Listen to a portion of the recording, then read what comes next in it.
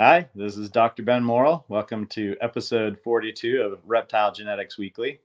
Glad to have you here. And as always, we'll start with our testing updates.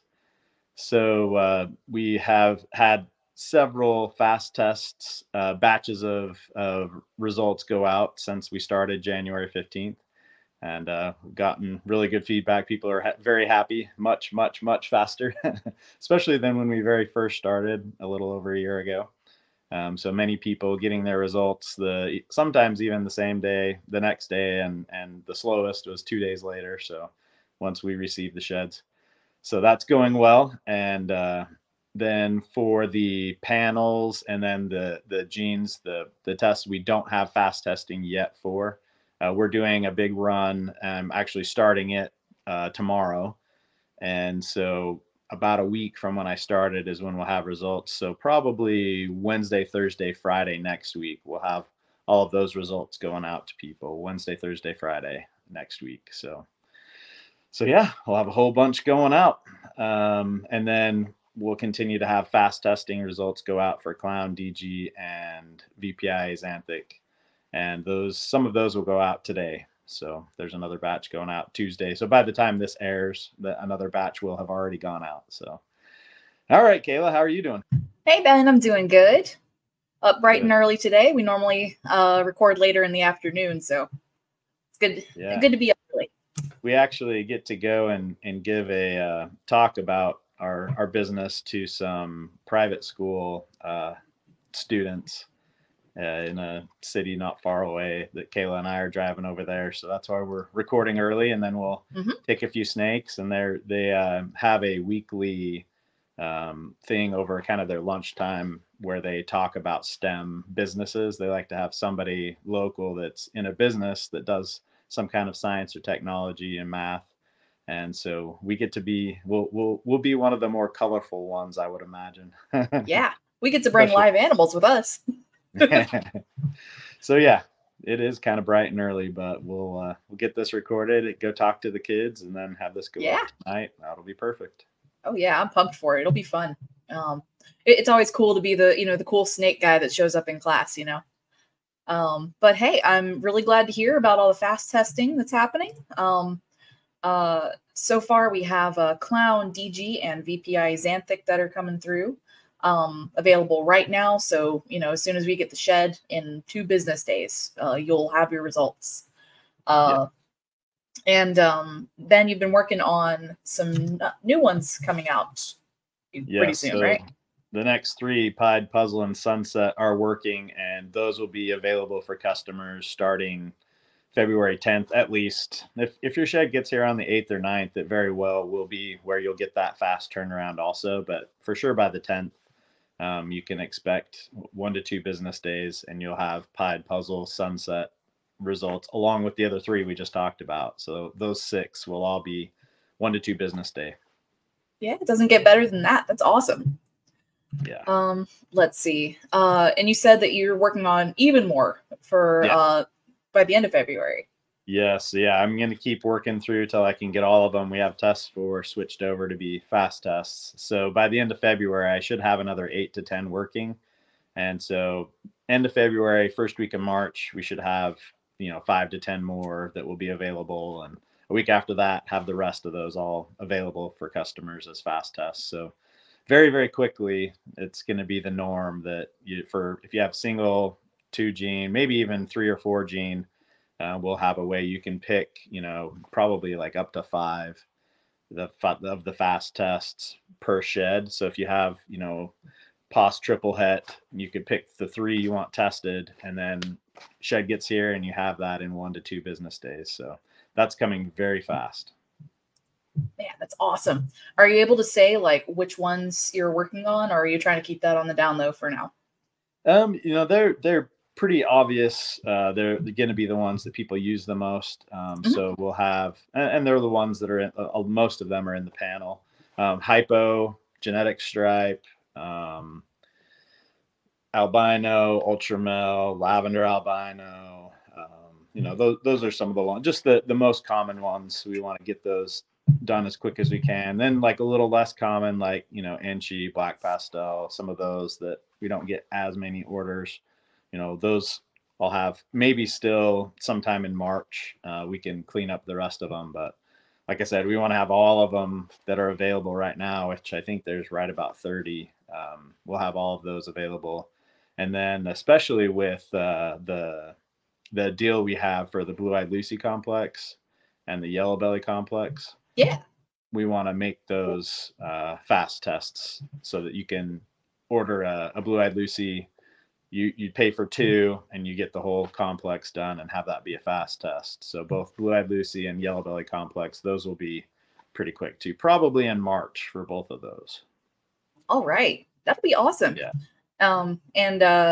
So we've gotten a few results on, or a few comments on Instagram too, about how people have been getting our fast testing. And like this one from Como Reptiles says, they had 2 girls came back that were positive for het clown. Fingers crossed that the pastel vanilla leopard comes back het puzzle as well.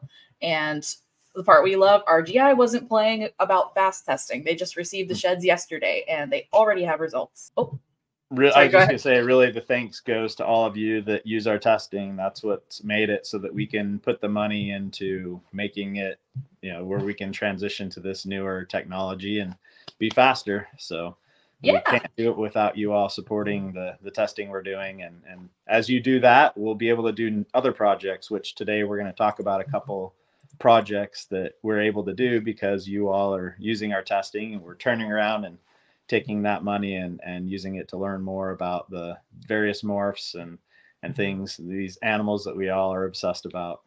Yeah. Let's see. So one of those projects was being discussed on a podcast recently. I think Derek's Reptiles. So why don't you tell us about that? Yeah. So Derek's Reptiles, I think this was just a couple days ago, 2 or 3 days ago. And he had Tom Barnhart on. And Tom Barnhart was able to talk. First of all, he's been in the industry for over 20 years and has a lot of good stories and contacts and memories from how the industry grew over the last 20 years. So it's very cool. But he's also able to talk specifically about the Barnhart line of Black Pastel. And those of you that have been in the industry for a while know that it's, you know, it looks a little different to me. You know, we have kind of 2 different things go on, like just in the yellow belly complex. With yellow belly, we have 2 different mutations that cause yellow belly. We have a -1 and a -17, and we can't tell the difference between those by looking at the yellow bellies or the ivories that they make. They look the same. But then when you look at gravel and asphalt, they look very similar. There's a little bit of a difference, but it's, you know, fairly similar. But those actually are 2 different mutations in the same gene. Well, with the Barnhart line Black Pastel, it definitely acts like Black Pastel. You know, it makes the same kind of combinations and superform and all that kind of stuff, but it has just a little bit difference in pattern and color. And so Tom talks about that in that podcast. So any of you that are interested, check that out. But we'll also be looking specifically, and Tom talks about this in that podcast also. He took some time and gathered a bunch of sheds to send to us for us to be able to use to attempt to map the Barnhart line Black Pastel. Because as we've started to run a few Barnhart line Black Pastels, we've noticed they always come up negative for our Black Pastel test. Interesting. So, yeah, so it does seem like it's more like the gravel and asphalt situation, where more than likely the main Black Pastel line in the United States and then the Barnhart line are 2 different mutations on the same gene. And so we want to be able to map that. And so Tom was very gracious with his time and effort and gathered sheds and sent them in. I have them here now, and they're going to be on this run that I was just talking about. We'll have results probably mid to late next week. So after those results come in, sounds like Tom is willing to come on and talk with us about them. So we'll have him on. It probably won't be next week, but the week after, when we have those results, we'll have him on to talk about that. Wow, that'll be cool. Let's see. And they were talking about one other thing here. Do we want to bring our guest on or do we want to Wait Yeah, until yeah. after. So the Yeah, other project that we have been looking towards working on is the High OD project. yeah, And Wesley Hatmaker was another person that took the time to gather a bunch of sheds, and he's able to join us today. So yeah. we'll bring him on. How are you doing, Wesley? Doing great, guys. Thanks for having me. Yeah, thanks Good to for have you. making the time. It's just so everyone knows, I only mentioned this like late last night. I think it was at like 10 or 10:30 last night. We decided, yeah. Wesley's like, yeah, I'll come on tomorrow morning. So we're like, Yeah. okay, awesome. Oh, Awesome. yeah. Anytime I can talk high OD, especially, I'm more than willing. Yeah. Very All good. right. So, we have people with various background. If you could just talk a little bit about OD versus high OD, and then specifically, the samples that you sent in and why this is going to be interesting for us to look into. Right. And I'll try to make this the Cliff Notes version, so you tell me if I need to speed it up, because I can ramble. When I got into ball pythons, I was always into snakes, loved snakes, had snakes. As soon as I got on my own and I learned that you could actually go purchase animals and not just go catch them outside, got involved in pet stores and had one of everything not growing up, but in my early 20s. And when I got to my probably, gosh, I don't want to make myself too bad, but I guess when I got in my 40s, I got into the ball pythons, and my son got me into it. Weston, he got me into the ball pythons, and I got a bumblebee, and it changed color as it got older. When I bought it, it was yellow and black, and then it just, I looked at the animal one day and I was like, "What's wrong with my snake?" And he said, "It's got pastel in it." And I'm like, "Well, what does that mean?" So anyway, because I was used to having, like just colubrids, like black or king snakes, corn snakes, red tails, so I wasn't used to seeing something that little all of a sudden have that drastic of a change. So make a long story short, that got me into looking like, okay, how can I find an animal that looks like this as it gets older? My son, years ago, said, "Dad, you need to get into desert ghosts." And I was like, "No, I'm too old. I don't want recessive." I saw all the videos and saw his Orange Dream. And I said, "Okay, Orange Dream's it." So got into the Orange Dream.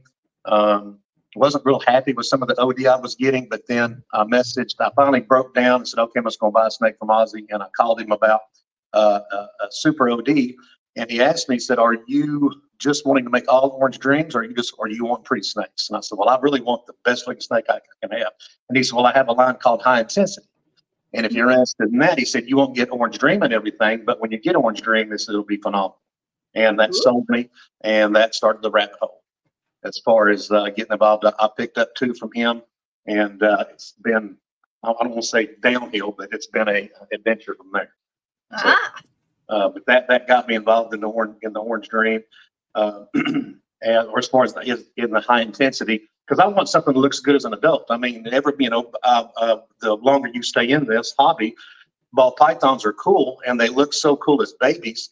But then, when you pull the drawer open in a year or 2, it's like, you don't look as good as you once did. I'm not going to say it looks bad, so I'll just say that it looks different. And it's even better if they pop forever. Yes. So I love pulling drawers and going, "Wow, I love that." So that got me into really digging into the High Intensity. Started breeding some High Intensities and started seeing some variations. Yeah, that's one that I produced this year. Saw some variations. Yeah, and that's a High OD pastel fire. So so just for a 3G animal, and they all look, I don't want to say they all look good when they're young, but I have some examples of that animal as an adult, and it still looks close to as vibrant as that. So, with anything else, you're going to have a little bit of variation. But it was just wonderful. And what got me really into it is I saw some videos from Chris Hernan with Chris Hernan Reptiles.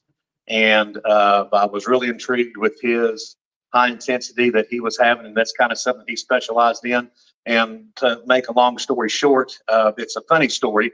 I actually went to Tinley to check him out, but it wasn't to say, "Hey man, I love your stuff." It was to, "Hey man, you really doctor your videos. There's no way your snakes look this good." And I wasn't going to try to pick a fight with him, but I was going to just say, "Hey dude, I wanted this. It's kind of like Burger King when you go and you see the Whopper up there and it looks like it does, and when you get there and they put it on the little plastic tray, it's like, what is this? That doesn't look like that. So Yeah. I went to kind of call him out on some of the stuff, but not only did I not say a word to him about any of that, but I wound up spending every dollar I had with him Friday night. And we've become really good friends since then. But we interact pretty strong with the high intensity, and he's helped me out a lot as far as hooked me up with some other high intensity orange dreams. And from what we're seeing, that's why I'm really excited about the shed testing. Because number one, yes, there is some line breeding because you breed pretty to pretty, but that animal is not line bred to anything. That was a high intensity fire pastel. I'm sorry, that was a high OD fire inchy to a pastel desert ghost het clown. So there's zero lineage. I mean, there's zero overlapping of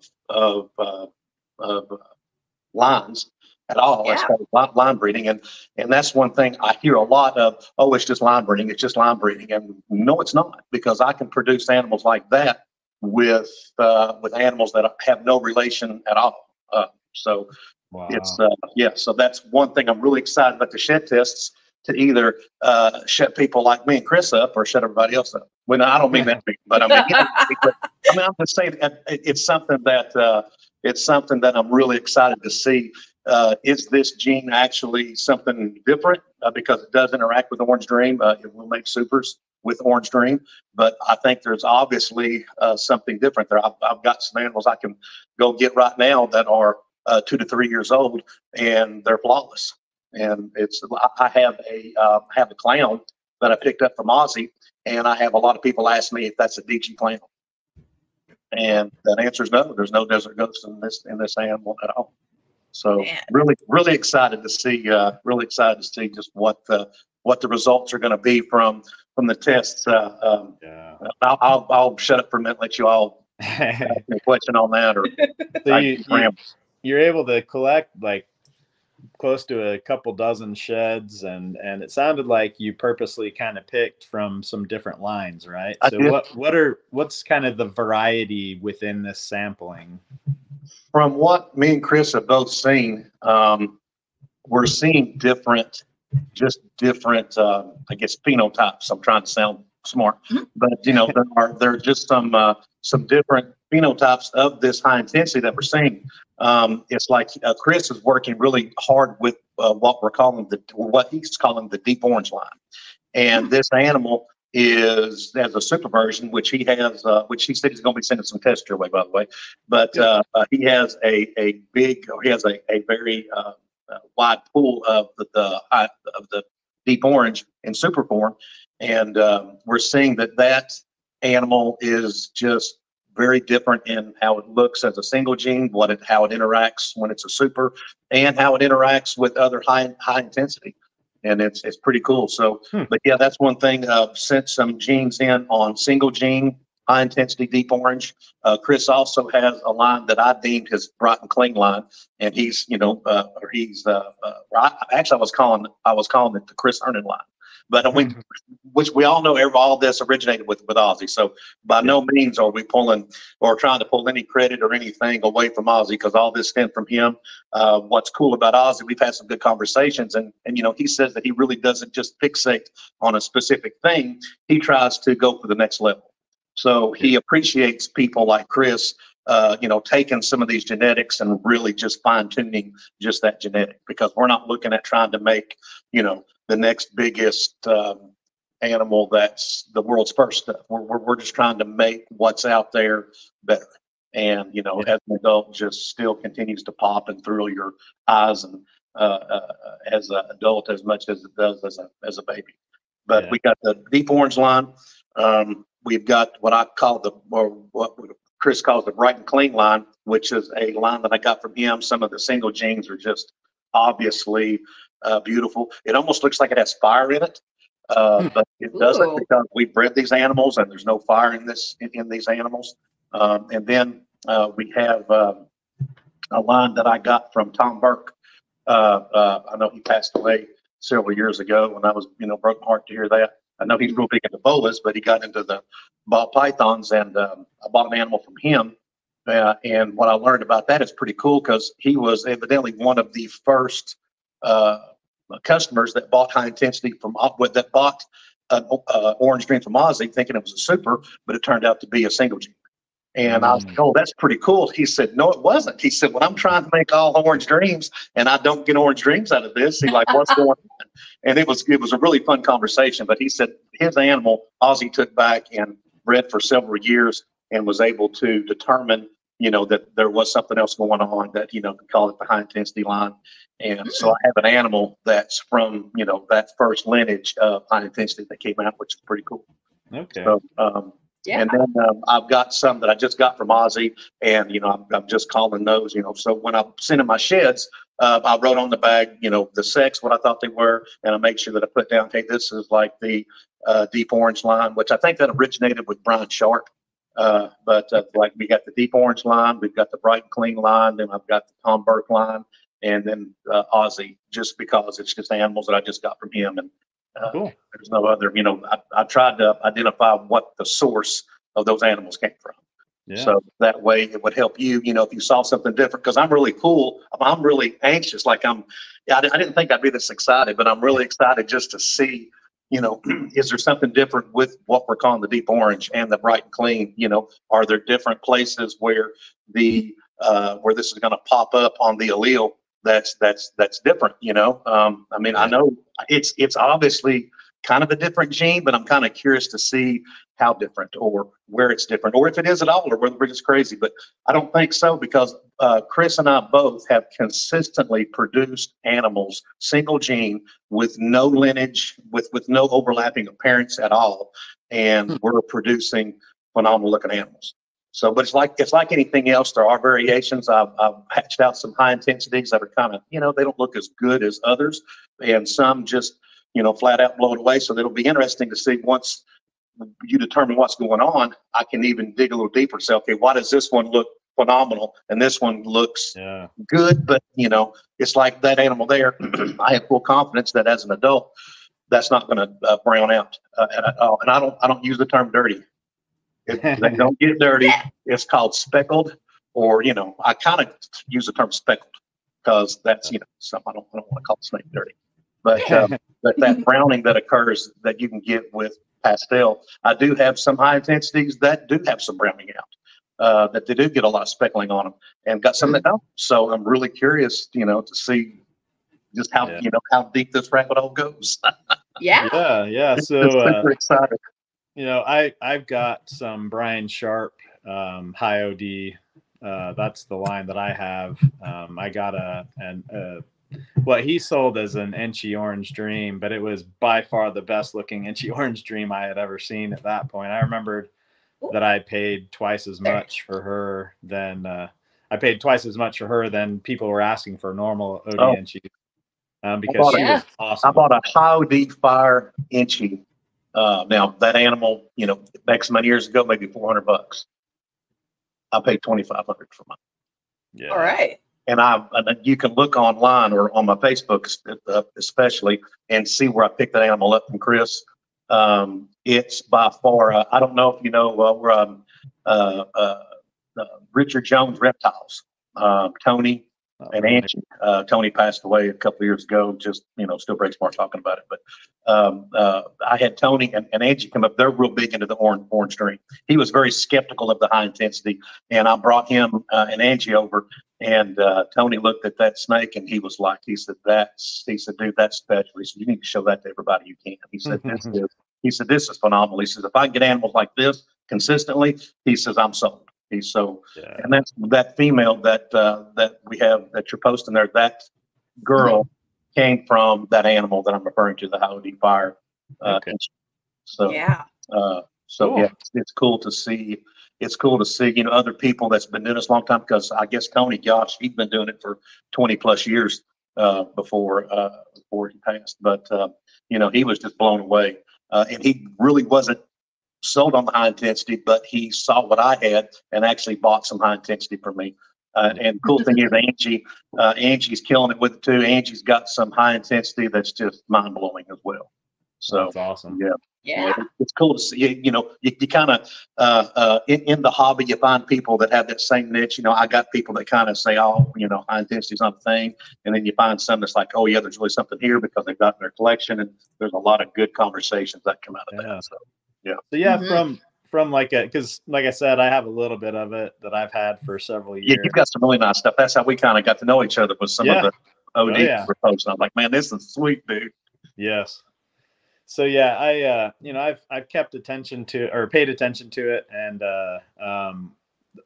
what I would say I think are the most likely things we're going to see. I think this first testing will be interesting because we'll have an idea if these different, this variety that you've put together, if some of them do test positive for our current Orange Dream test and some don't, that'll be interesting. But even if they all do test positive or all test negative, either way, that's also going to be interesting, because even if they all test positive, what we're going to do, not only will we run it for our existing Orange Dream test, we're also going to send it for whole genome sequencing, where we'll attempt to map.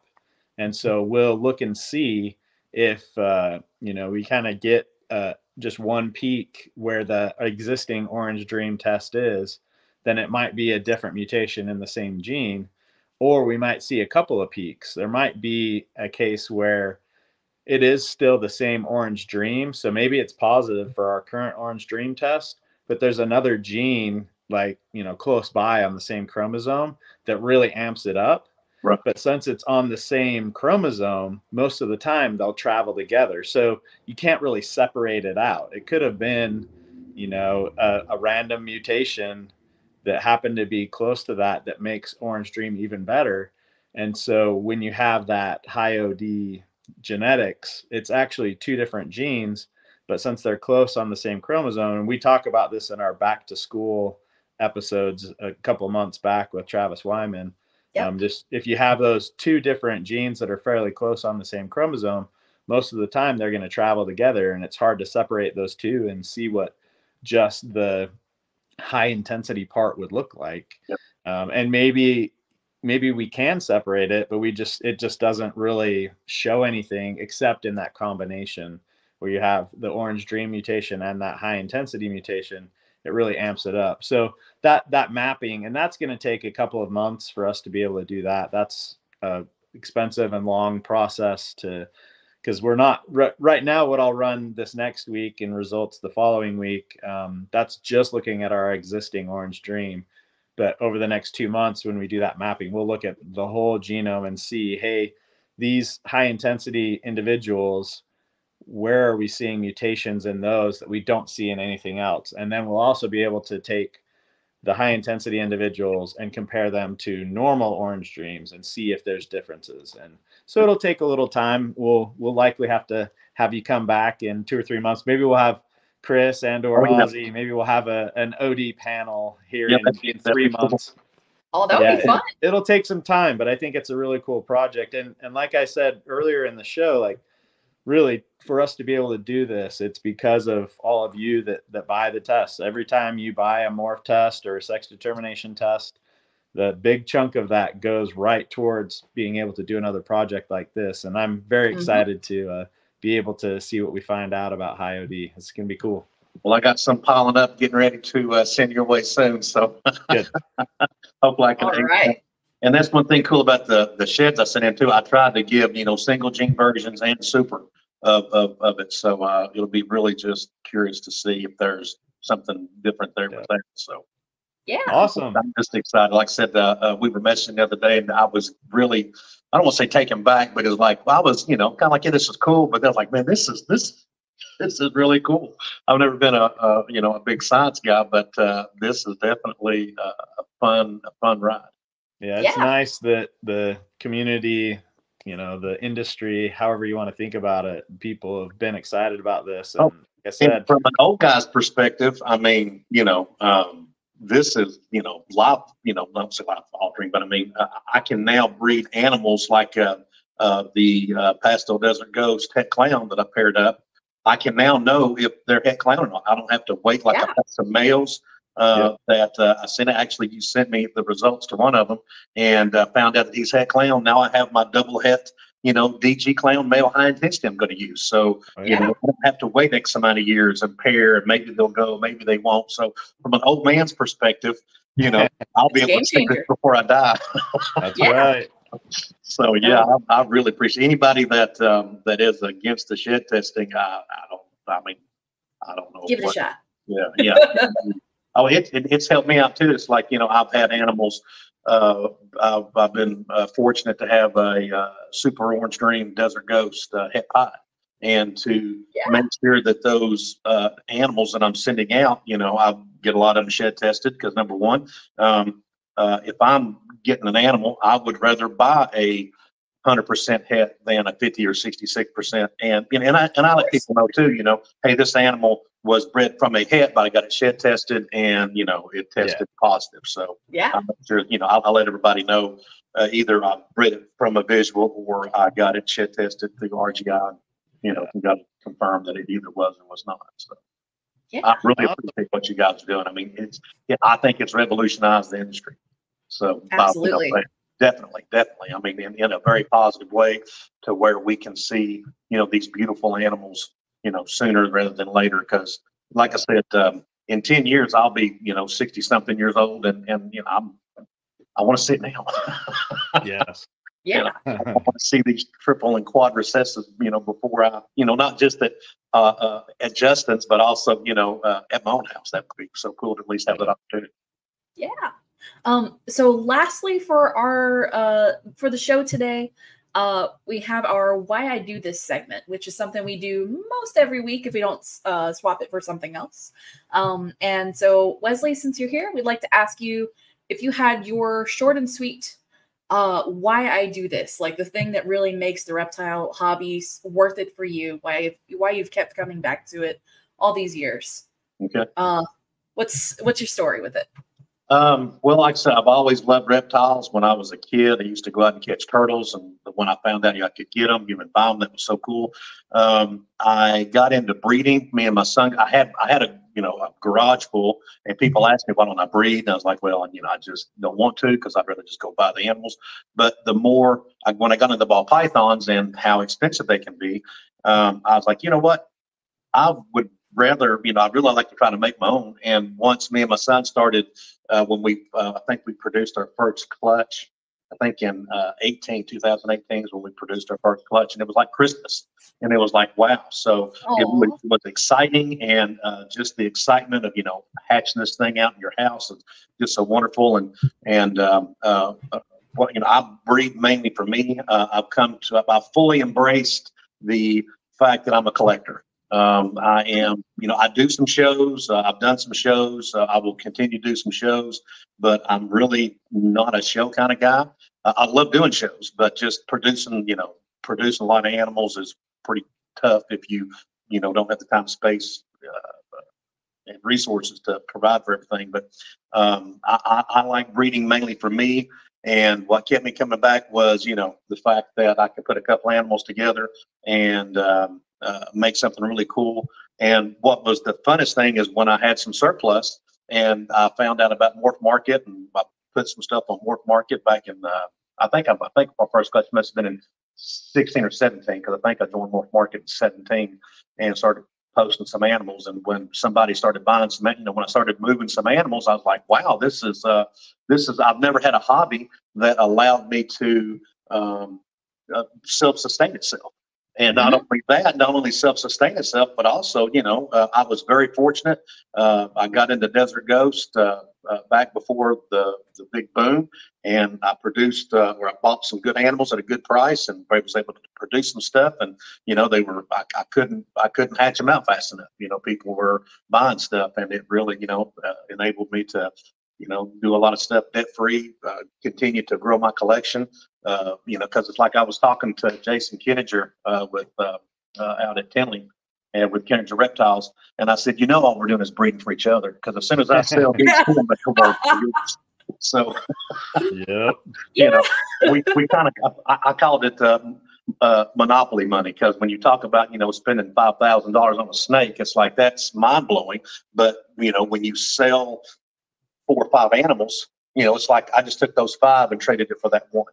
So, I guess if a person actually looked at it from a business perspective, it would be pretty good. But I'm too busy seeing that next carrot to buy as far as getting into the next line of genetics. So. Yeah. It's funny because I tell people, they're like, we have so many snakes now. And I'm like, 1, they're fun. And 2, I mean, hey, when I produce hatchlings, the hobby will sustain itself. It could be like cars or something, Yeah. So. It's definitely cool. But that's what, it's like, we haven't had a lot of movement this year, but, and I really, which that really made me look at, okay, I'm not just going to breed just to breed. I'm kind of getting back to my roots of, I want to breed this because I want to keep everything in. And I got accused of being a hoarder really early on in this, and I'm good with that. Yeah. So it's like I've had some high intensity stuff for sale, but I really don't have a lot of high OD like a morph market because I want it all. Yeah. Now when I do shows, I normally bring stuff to shows, and animals that aren't on morph market, I'll bring the Tinley or a Daytona, that kind of stuff. But and even some of the local shows that I do. But yeah, if you really want to grab some of my high OD, you'll have to come to a show and help me sleep better by stepping on my pillow. Because I don't want to let go. Right on. Well, thank you so much for being able to jump on with us. We appreciate it. And I think I'm honored to be here. Thank you for having me. People will enjoy hearing the story, and just remind people again, we'll start getting emails asking, hey, what's the story with IOD? I know we'll get questions every week, but just the disclaimer is, this is research. This is something no one else has ever looked into this deep. So it very likely will be at least 2 or 3 months before we have a really conclusive answer. And even then it might take longer than that, but I think this is a fun beginning to this IOD journey, and we'll be back. We'll talk about it more. Most definitely. All right. Well, thank you guys again. Thanks for watching. Let us know what you think of these insights on the high OD line. Yeah, make sure you like, subscribe, comment below, share the video with other people who are interested in the high OD project or the Barnhart projects. The Barnhart line. I'm excited about that. Oh, what's that? I said the Barnhart line was really cool. I mean, I'm really excited about that. Oh yeah, for sure. Awesome. Well, you guys have anything else before we call it a day? That's it. Thank you so much. I appreciate the opportunity. All right. Well, we'll catch you next time, guys. Outro in 3, 2, 1.